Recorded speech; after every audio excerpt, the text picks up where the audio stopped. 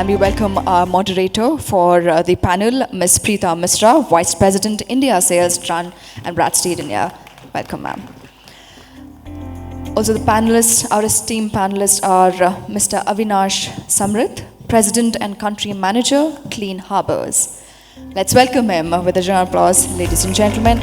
Request our esteemed panelists to kindly be seated in accordance to the names displayed on screen. Also, we have Mr. Bhavin Modi, Chief Commercial Officer, Quest to Travel and Happy by Make My Trip. We also invite Mr. Sanjeev Rastogi, CEO, GCC, Adani Enterprises Limited. A hearty welcome to you, sir. Also welcoming Mr. Swaminathan Babu, GCC Global COE Lead, Reckitt ex IBM, Microsoft, Oracle. A hearty welcome to you.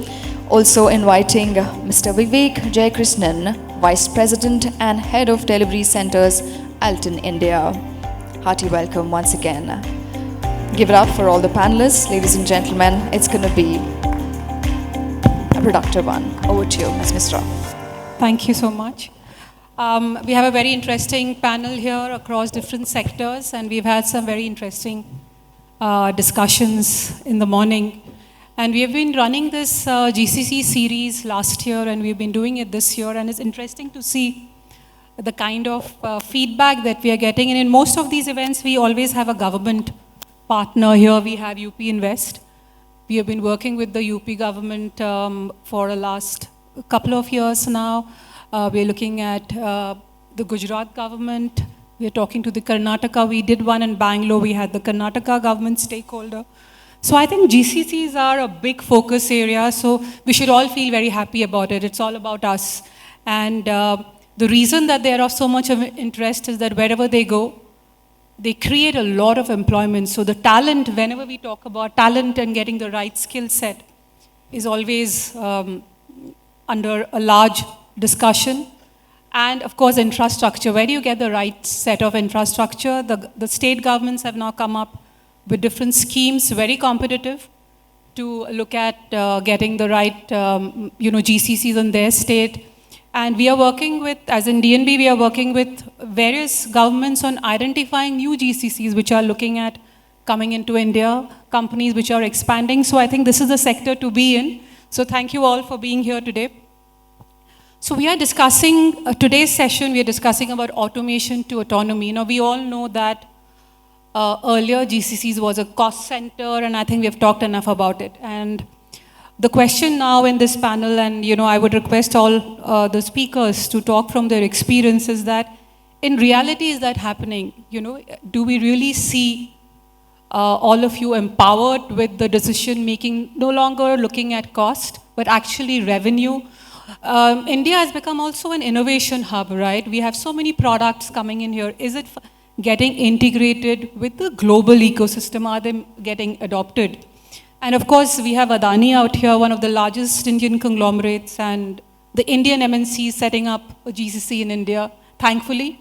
So I think it should be an interesting discussion today. But before I move on, one question, and I would request a show of hands at how many of you truly believe that the GCCs in India are actually autonomous, have a lot of decision-making power? Show of hands, a little higher. Okay, that's not too many, right? I mean, so then that's the reality, that while we continue to hire a lot of people, we have a lot of government, different stakeholders interested in having GCCs. DNB's GCC is also based out of Hyderabad here. The decision-making power is still not fully there. Whether we agree or disagree, it is still the truth.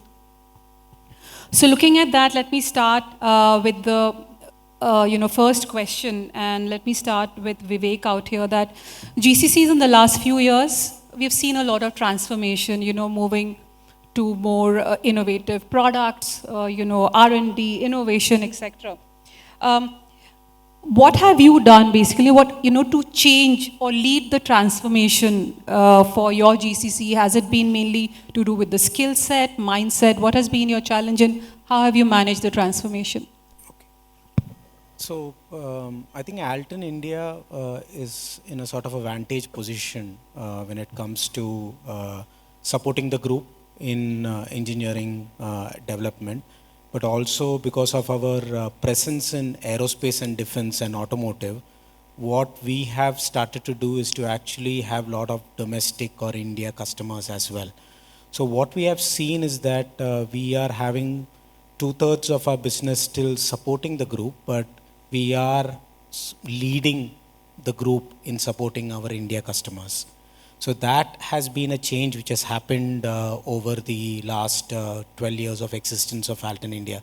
So supporting the group priorities, group initiatives, and sort of being the engineering and delivery partner for the group is transformed into leading for situations in India, for projects which in India. And the vantage point is primarily because the India government is really looking at a lot of work to be done under the Make in India initiatives for, say, local defense deals, for local subsidies to be given, and a lot of clauses in part of the procurement deals. So this has really helped us to actually focus our business on leading the India business as well, and not only support the group in the group business.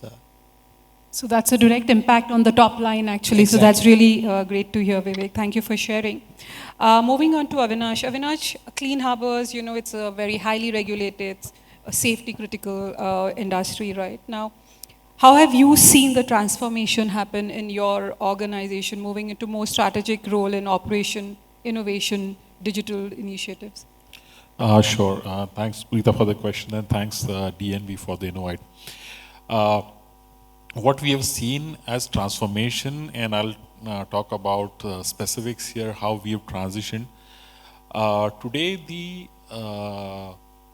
whether you really are a back office or at the forefront actually gets measured on how is your GCC performance measured.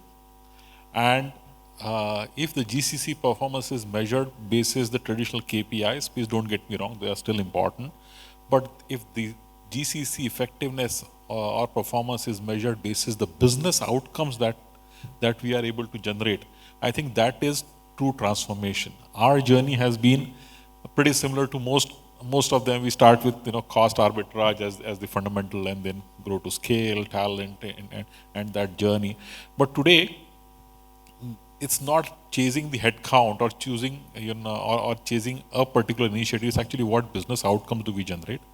Now, one of the things which we have to realize is that we definitely spoke about the decision-making ability here. That has to be earned. I think we definitely need executive sponsorship. If the sponsorship is not there, no matter how good a team you have, is going to be a challenge. But even if you have good executive sponsorship, that has to be earned. And that, I think, is solely dependent on how effectively we lead and manage the GCC. I think that has been the cornerstone of our success. What we have been able to do over past few years is that truly get into this setup wherein GCC is not those guys in India. Actually, that's where this is my fourth GCC. In most cases, that's how it starts. Those guys in India, you throw some work, magic happens, things come back. So from just order takers or ticket takers to really people who are co-creating, I think that's the transition that has been happening. For companies like us, which are the parent company business is heavily regulated, what has beyond all the technical skills and the leadership that we talk about, the talent that we talk about, understanding the domain, it's something very, very critical. And for niche areas, it becomes all the more difficult to get into that space. For example, is banking a complex domain? Yes, it is. But name the top 10 banks in the world, they are having a presence for many, many years in this country. So that in some form or shape, that domain knowledge is here. Now, how do you build that for sectors where there's absolutely nothing? You start from scratch. I think those are the key areas which we focused on, which helped us really scale up. And ultimately, success leads to success. So when we are able to gain that trust that we can deliver, you become part of the decision-making process. So just an example to quote, beyond technology, we do a lot of high-end business operations work here. And we have technicians, field technicians in the US who earlier used to report to general managers based in the US or Canada. They actually report into general managers sitting in India, and they are truly cross-functional teams. So this whole GCC as a separate entity, I think that over a period of time will fade. It's going to be just another office with global teams, and I think that's a true transformation I'm looking at. So it seems that it's started in your organization, right? Co-creation, and you can see some amount of decision-making with trust already happening. So that's, again, great to hear. Now moving on to Sanjeev, Indian multinational, a large GCC that is there. And over the last few years, we've seen, the scope increasing, starting with integrating HR, then finance, IT, and now procurement and all the other areas. So what has led to this transformation, and what's the overall landscape that you see for Adani here? So I think before I answer that question, you need to understand the complexity and the scale we were dealing with. Right now we have 1,000 odd legal entities in the group, 26 different businesses, and it's mostly infrastructure and port and utility, right from ports, airports, cement, reality, defense. You talk about any other business, so 26 different businesses and 15 listed entities, because we deal with shareholders' money. Currently we are spending roughly around 2 lakh crore a year, which is, that's a spend, and that was a group size 5 years back. So every 3 years we are doubling. The kind of M&A we have done, every 3 months we acquire a company. Right now many acquisitions are going on. So if you look at the businesses, the different processes, different systems, so we work on 800 applications within the group, different applications because they got acquired, and 13 instances of SAP and all that. So the whole idea was to consolidate and bring it. We operate out of 600 sites in India. Of course, there are international sites, 10 international sites where we are mining other assets. So the whole GCC was a very different concept from a Gautam Bhai perspective. He wanted 90% of the processes, typical GCCs, a transactional process being moved into FNA or this thing. But in our case, we are very unique from a Adani perspective. We have moved treasury, we have moved FNA, we have moved MIS, we have moved budgeting, we have moved everything. 90% of our business finance and HR 86% sits in the GCC right now. The procurement, almost 40% sits in this. We don't do actual procurement, but we do everything related to procurement, roughly 50,000 crores of e-auctions, reverse auctions where we sell the platforms, the POs and POs. Of course, then we have other processes. The whole idea was to manage the group in a way that we have governance, strong data, strong qualities, strong compliance, because ultimately you are dealing with shareholders' money. And 2-3 years back when Hindenburg happened, it shook the entire shareholders' confidence at how the numbers were, how they are stacking up. So when you do audits of 1,000 entities in a year, you need to be very sure the numbers are reported, the compliance, the reporting, the board meetings happens, because these are all listed entities and very highly governed. So the whole idea was to consolidate, bring 90% of process into GCC, and the question was what cannot be done here and what should be done in the business. So of course the assurance, the accountability, responsibility remains with the business CFOs, but the actual work, the capability has moved into the GCC. So we have done 2 years of transition, 2 years of consolidation. Now we are looking at different AI and transformations. We have partners here. One of us is here, Supervity, which is doing entire automation of our invoice processing. We implemented Quest to Travel, Bhavin talked about. So we are now looking at next phase of AI and all that, because that will sustain us going forward.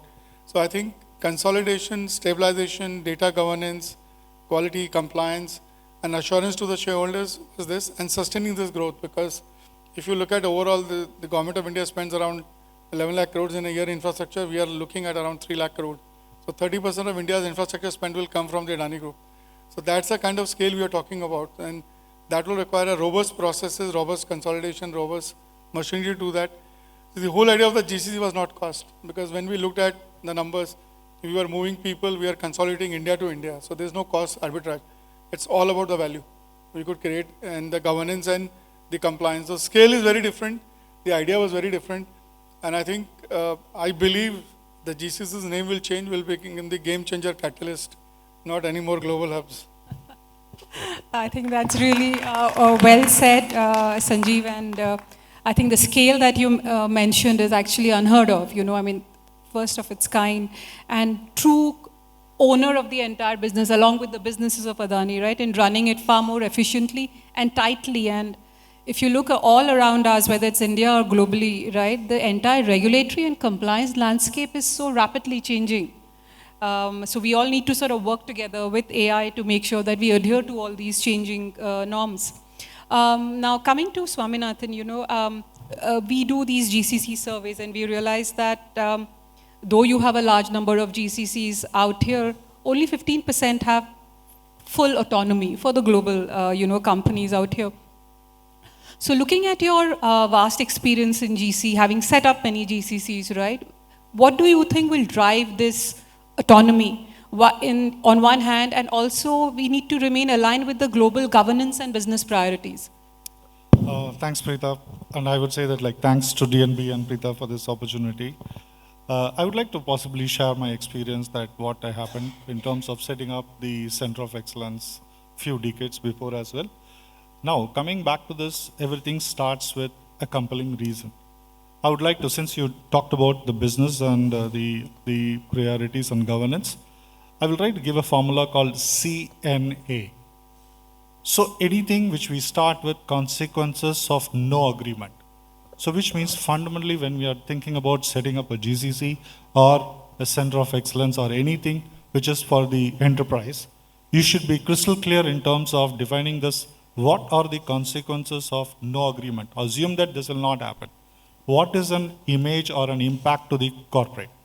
What is an impact to the GCC or the Center of Excellence which you are setting up? Start with that journey, which means you need to intrude and think on behalf of the enterprise, on behalf of the decision makers, on behalf of the people who are going to be associated with you. That's the way how we need to start. I would also like to give the ABCs. I want to possibly tell my story as a story. ABC. First, it's about I would say that you need to assess or analyze. First, assess and assess what is that you're trying to talk about. Alignment. Alignment is a super critical. End of the day, that's where the autonomy will come into picture. If you're not aligned with the business, then it's going to be very, very tough. While we talk about moving from, again, Sunil nicely mentioned about evolution of GCCs from 1.0 to 2.0. So I would say that India is emerging, and I would absolutely agree with you. The 15%, I would say that 80-20% is what it's absolutely matters. 20% are really, really mature. So first we are talking about assessment, then align, and then automate. So right now, most of the GCCs, you are absolutely bang on right based on your research reports. Most of the GCCs are in the automation stage and again, moving from evaluating from the automation to autonomy. Now coming about the business commitments, 3 Bs I would say, business alignment is non-negotiable. And you need to include the stakeholders as part of your decision making. One of the real examples is there were problems everywhere. I'm talking about 8 years before when I joined Reckitt. Now we are 30x more before in 2018 when I left Oracle and joined Reckitt, 30x more from where we were to where we are now. Right? That's the growth, phenomenal growth what we have seen. But what transformed our organization and maturity is alignment with the business stakeholders. So you align with the business stakeholders, include them as part of your decision. There is no surprises. There is no surprises. The moment there are 2 ways how we can go and deliver on it. One, it's about the execution versus accountability. So that's the second B, I would say that. The next one is you need to go and share the value proposition. That's how you will build the trust. Means you need to keep re-ensuring that the trust is there for the investment and the management decision which has happened. You need to keep proving that yes, it is there, we are innovating. And finally on the C part, it's about the compelling reason. That's what I would say. If you don't have a compelling reason, if you don't have the strategy that what you're going to do now, what you're going to do next 2 years, what you're going to do in the next 5 years, then which means you're not really clear And that's the reason some of the GCCs fail or we don't get to the stage of autonomy. That's from a C perspective. And then you need to have the right kind of competency. Which location? Do you have the right kind of competency? What is the credibility? What is the credibility which you can show to the management? And that's about it. And finally, you go with the capacity. That's about it. So in terms of A, B, C, these are the three A, B, Cs. I would say that my experience in working with GCCs has been absolutely fantastic.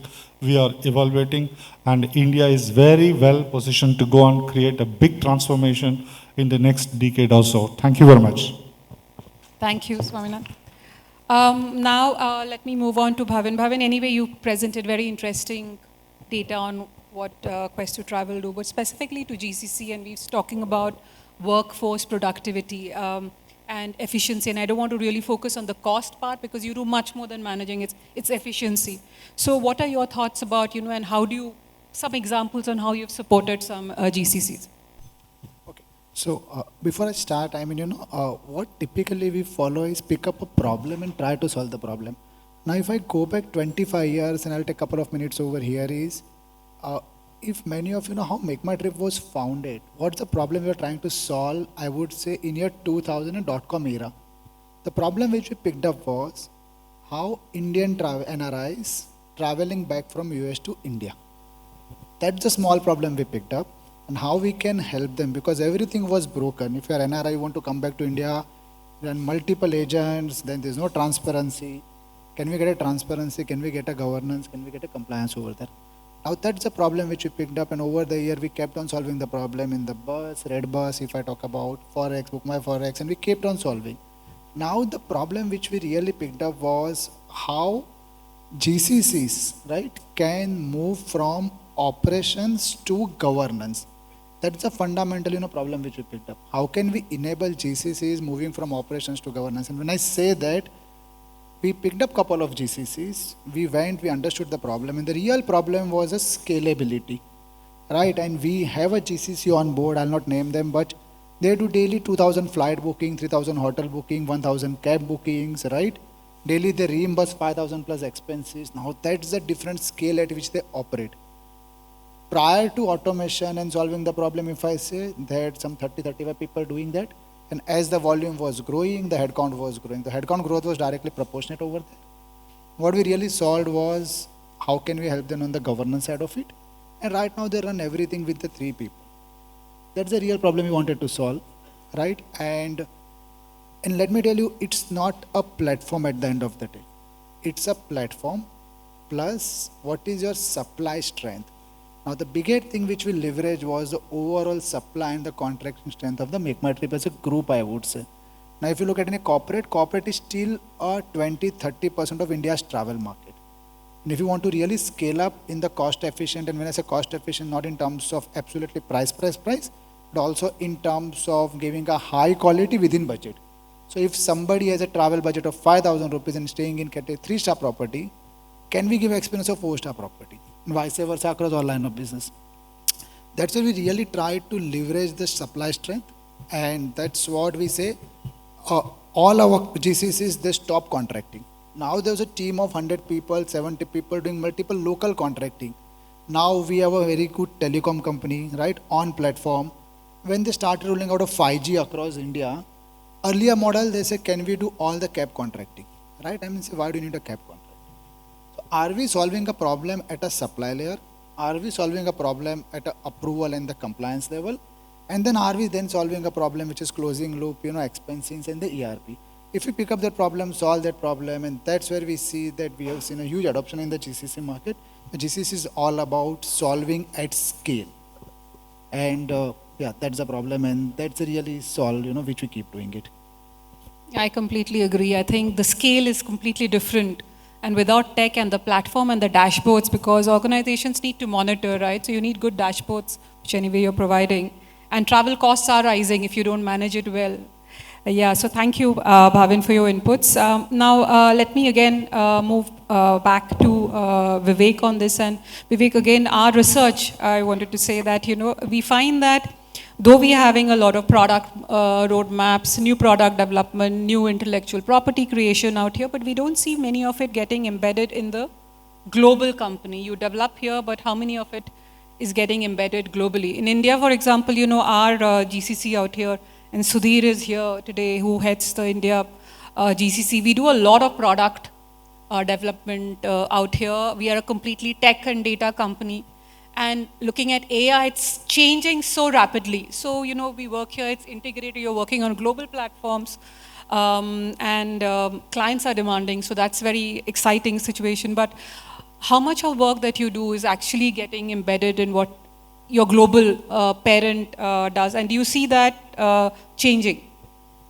Okay, so we need to step back a bit here, and the way we need to step back a bit is to really understand where were we dominating as a country and as people from the Industrial Revolution. So we were actually laggards in the Industrial Revolution, right? So what happened was that we were followers or really lagging. So that started reflecting in actually the domain expertise which we have developed over skills. For example, if we had the best engineers working on a commercial aircraft, then India should have been the first to develop a commercial aircraft.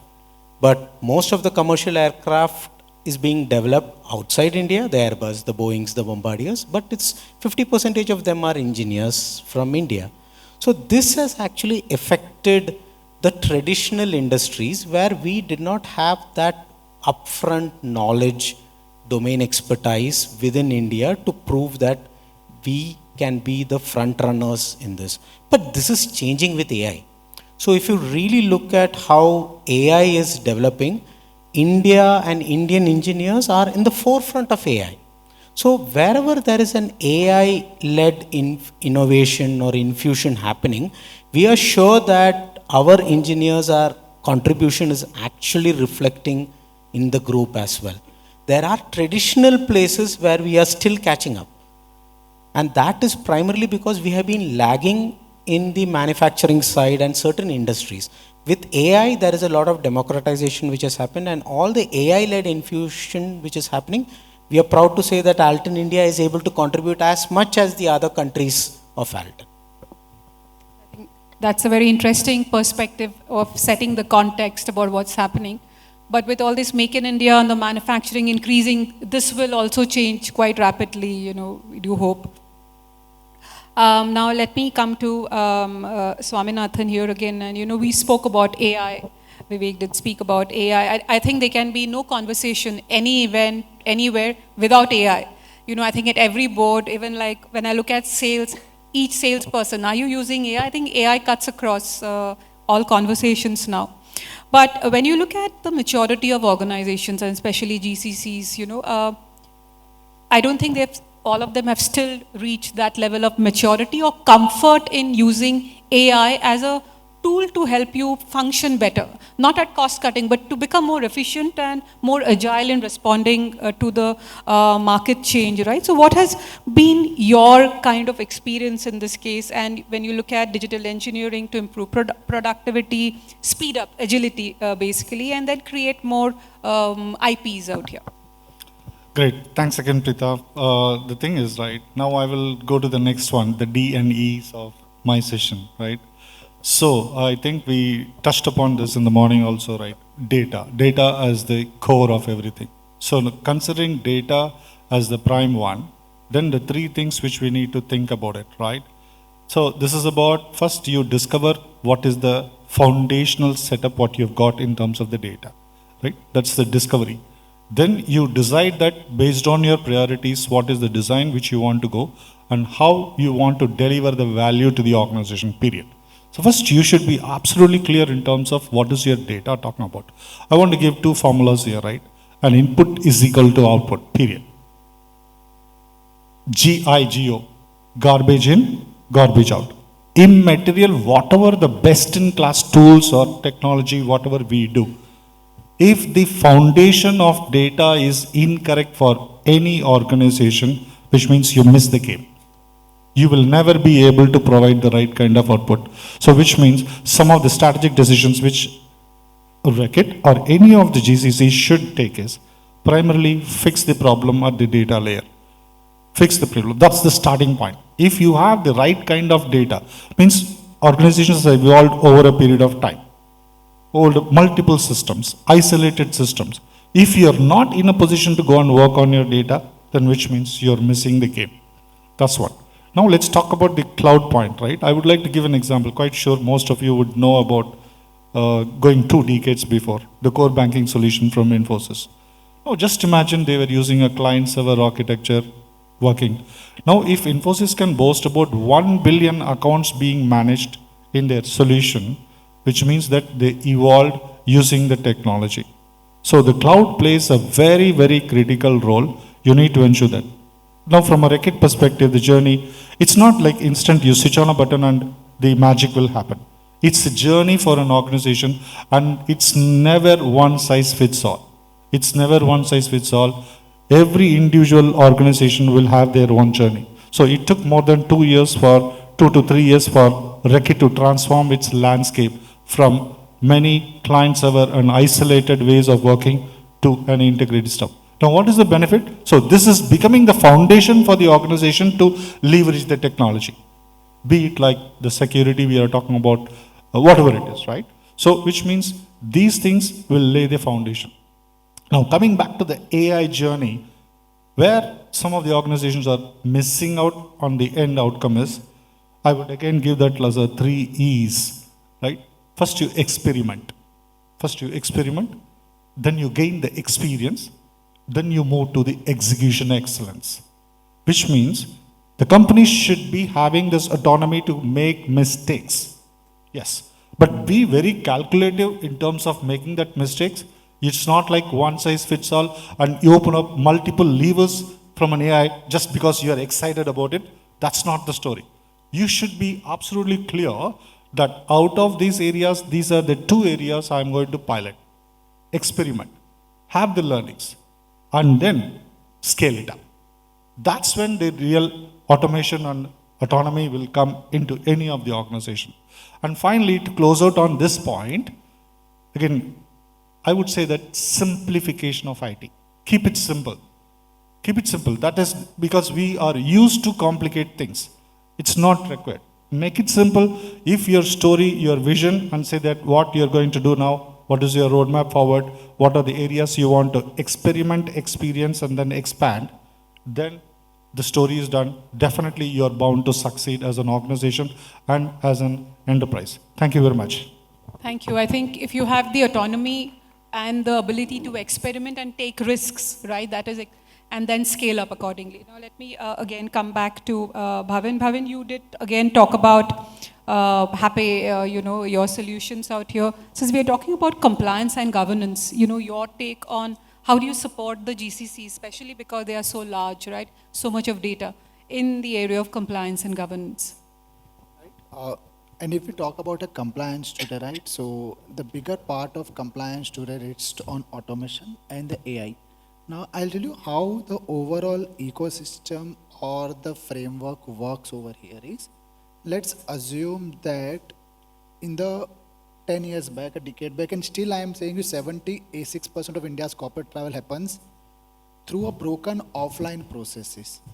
You book something from here, something's a book offline, and then everybody goes into an expense, and expense system is expected to do some magic and figure out what is non-compliant.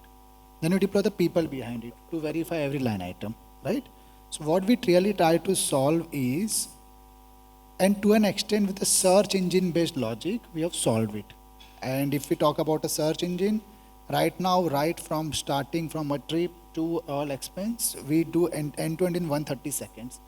Now where we are trying to see and put more automation into place, especially with the growing GCCs are, how can we leverage AI? So now the fundamental, the great part in the corporate is everything is predictable, and what AI needs more predictable. Better the predictability, better the outcome can be.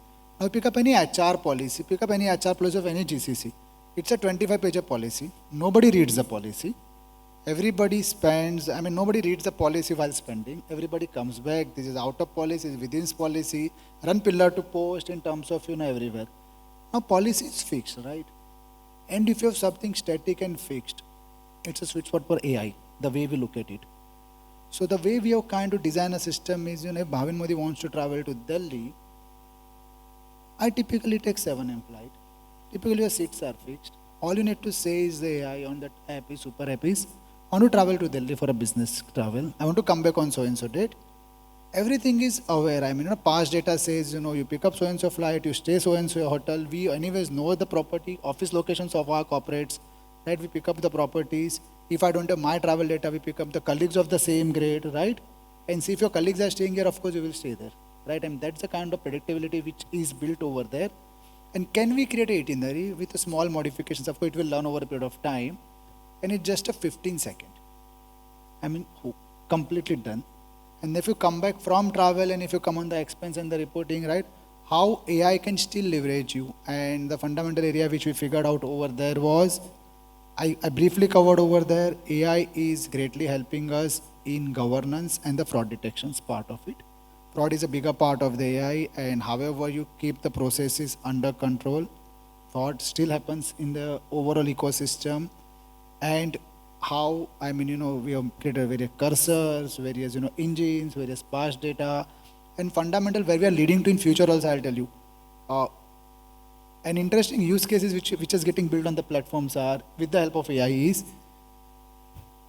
we know that typical client dinner entitlement is 7,000 rupees. However, let's put a contextual element to it. Now the contextual element is, if I'm taking a CF or a CEO of a company for a dinner, it is going to cross over 7,000.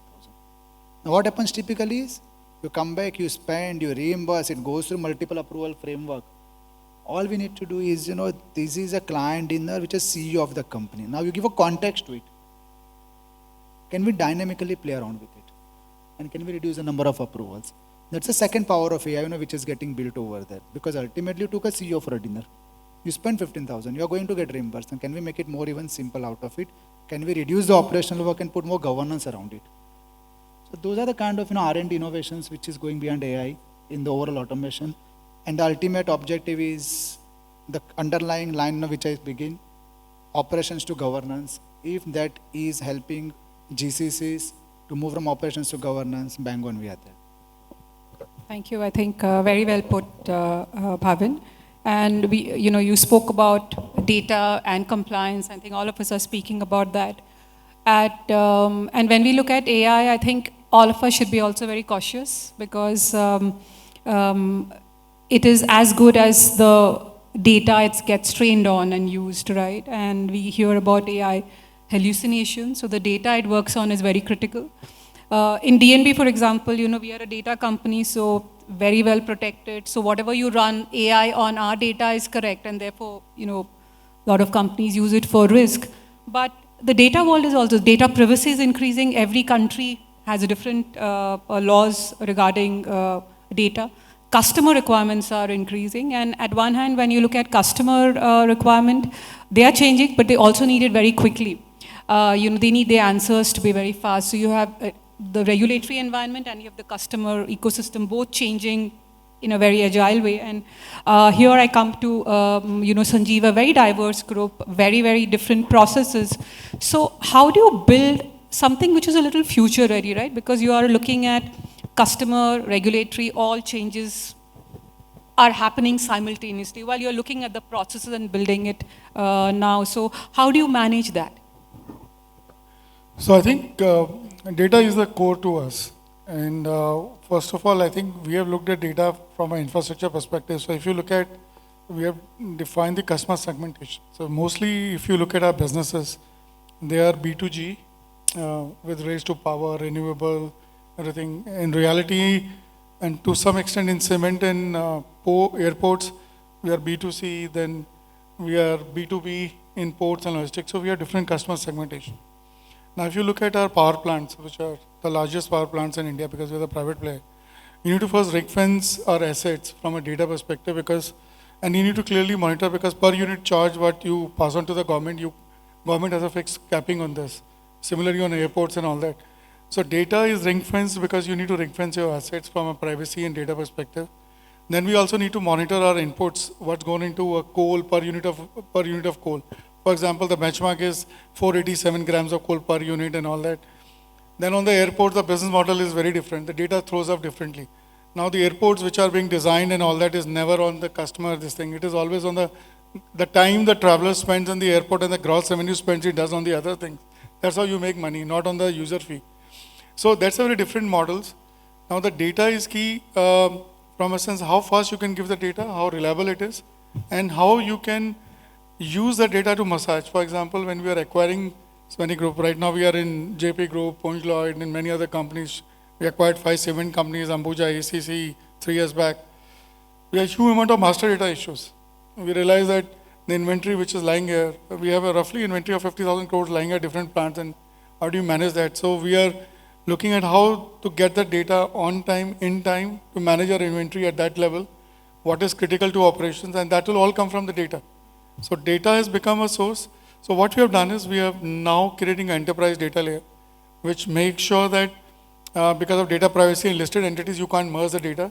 So you have data available at the enterprise level, then at the business level, and then at the application level, whichever is bifurcated. Then we are looking at data which is available for GCC to massage and give information as a dashboards.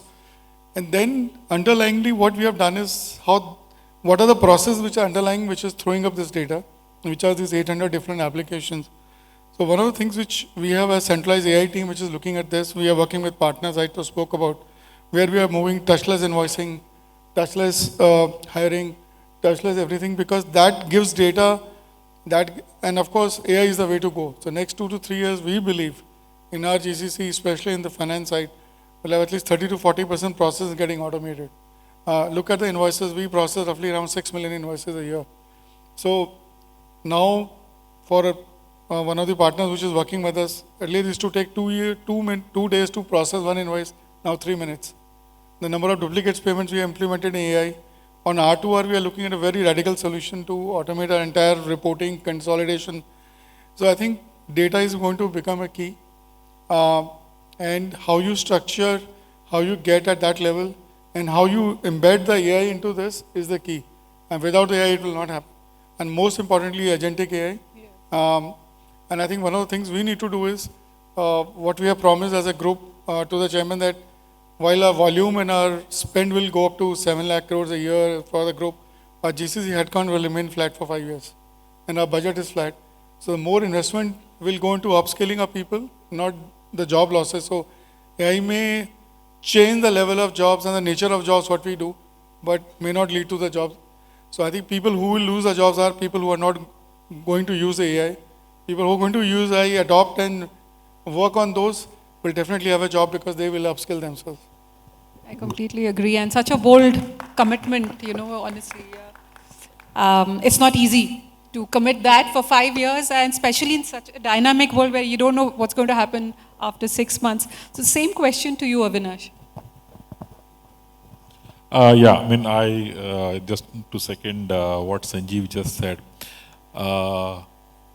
Earlier I was talking about how do you measure success. In fact, we also used to look at how your GCC is scaling up, and the one parameter was what's your headcount.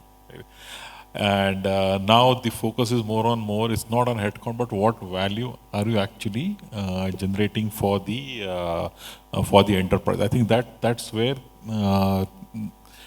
that's what it has morphed into, and that's absolutely the right direction. Now, for a company like us, Clean Harbors, we are the largest hazardous waste management company, primarily focusing on North American market. It's a heavily regulated business, and that's why when we talk about the risk and data privacy in particular, I think it's extremely critical.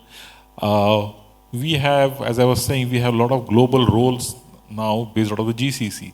So for instance, the chief digital officer of the company is based out of Hyderabad, just here, right? So those are the kind of roles that we have. So you can imagine the kind of work that we are delivering from here. And in this context, data privacy and all related issues become extremely important. Gone are those days when security and these elements were bolted on top of your strategy. Today, it has to be part of your strategy. No matter what you do, it could be simplest of simple things, because I think there are enough, examples available wherein, uh, bigger projects, bigger initiatives seldom fail. Is the small little things which get overlooked, which actually lead to lot of these leakages, and so the vulnerabilities are usually on because large projects are under lens and then everyone's reviewing it. Small little things get overlooked. So is that part of your strategy? I think that's something critical. It starts with strategy, and the other element I think is important for us is the only way of dealing with it is training, communication, over communication, time and again and again and again. To a point, it could be like, it can become boring, but still is something which we have to hammer down every single day. So for instance, because we are a hazardous waste management company, our first core value is safety, physical safety, because that's so very critical. We work in very hazardous environments. So every meeting starts with a safety briefing. Every meeting, we have to spend between 30 seconds to 2 minutes on safety. And what we realize is that we have to also take not just physical safety, but digital security as one of the elements. So every time we start talking about it, there could be one small message that because that awareness is the key. Yes, it has to be there as part of the basic design, but it has to go beyond that, because then that's where you have privacy by design. It's not bolted on. And then the other element is about, are you having clarity in terms of ownership and accountability? Who owns the data and how are you really regulating that? I think those are the key elements which are critical for any GCC, for everybody for that matter, but especially when you are doing high value work, not just basic transactions and ownership at the GCC, this becomes very important. And I won't say we have done it all, but I think we have come a long way. Thank you. I think you've touched upon, in any transformation journey, and I believe that GCCs are in that journey now. Communication is key. How do you get your people aligned? Communicating, reiterating everything, because your strategy is not for 5 years. Every 3 months, 6 months, we may have to, sort of react or do changes. So thank you for touching on to that critical point. I have one last question to everyone, but before that, we can take maybe a couple of questions, if there are any questions from the audience for the panelists.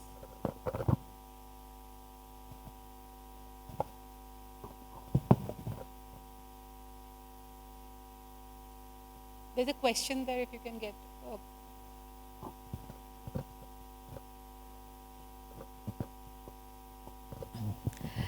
Hello, first of all, thanks a lot for sharing your insights. I am Vijaya.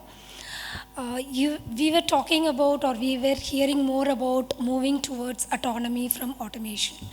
My question is around being in a global setup, having global functions set within corporates. Are we truly willing to shift decision-making rights and the associated accountability to the GCCs? Or are we expecting autonomy without giving away the controls, actually? Yeah, that's a good one. Maybe Avinash, you can answer that. Yeah, probably I can take that. I think probably autonomy is probably not the right word.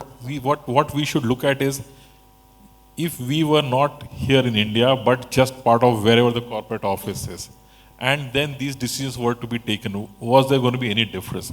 So for instance, if there is a significant financial decision to be taken, and you say that, oh, I'll do it, I have autonomy and the CFO organization doesn't come into play, that's never going to happen. Let's face it, because it's not just technology aspect. However, when we talk about autonomy, what we are really saying is that, are we just order takers? That's where we all started.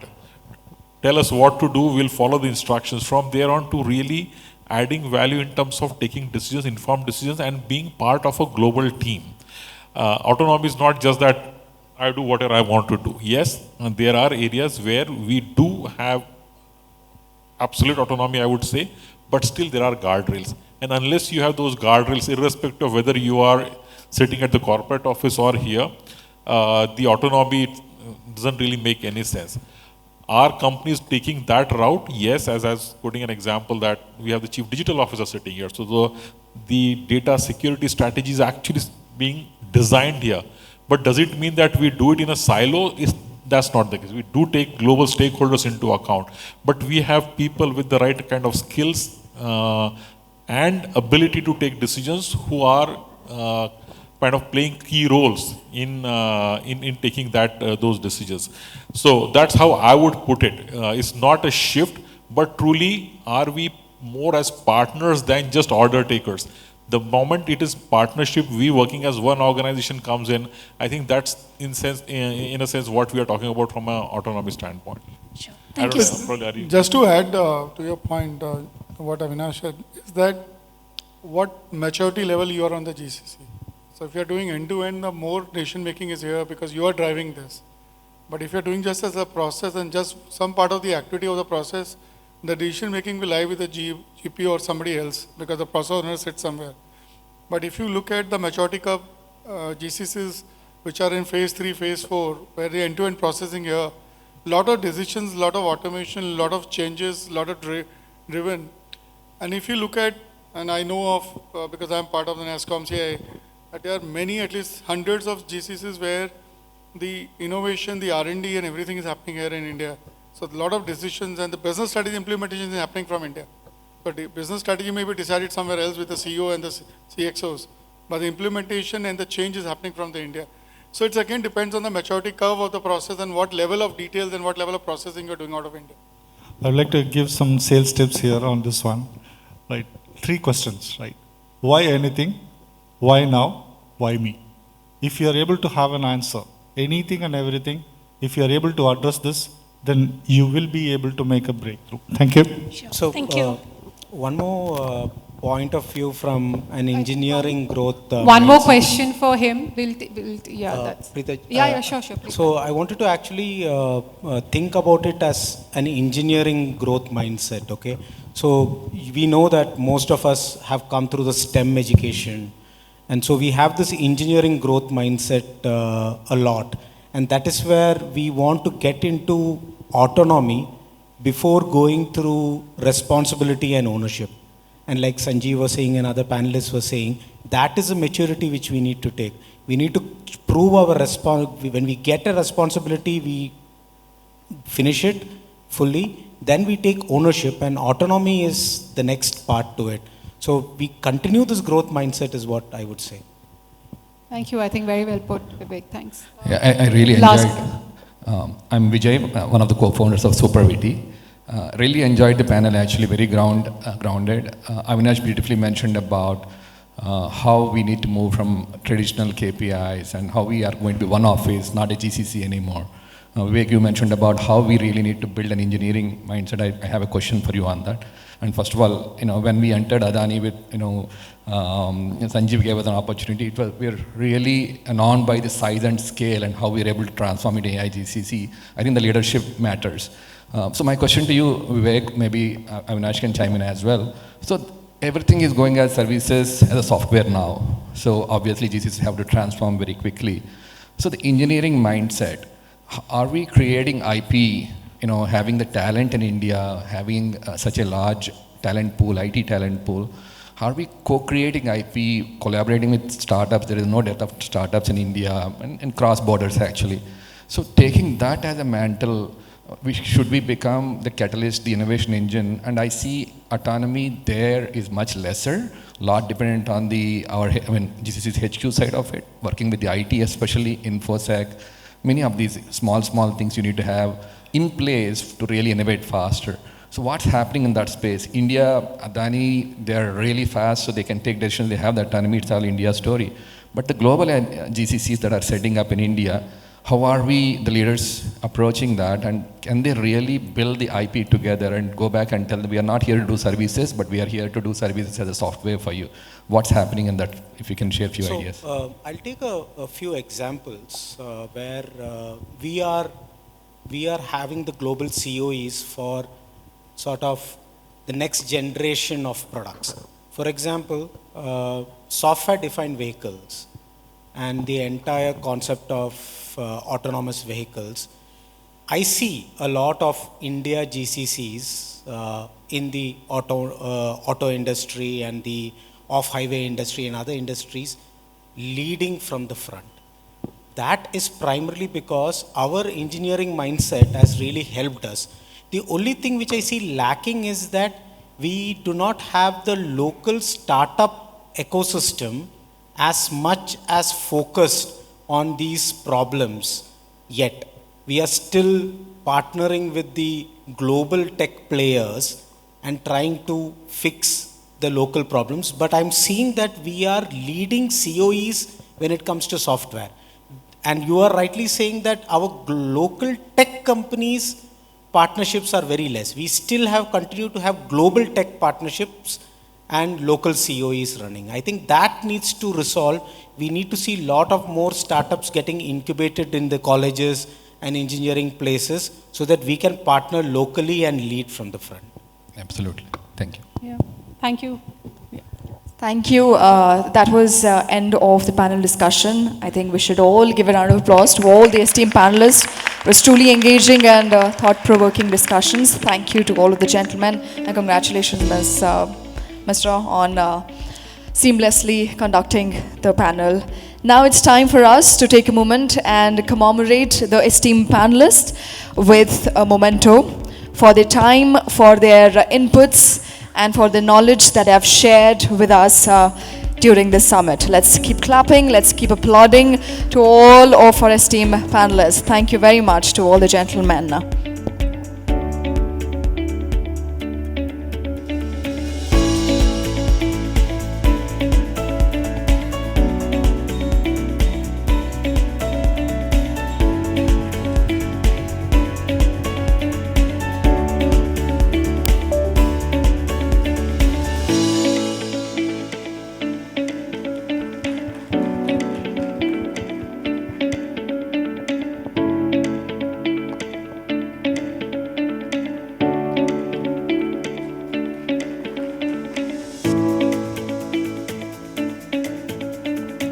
Request all of you to pose for a group photograph before we let you go.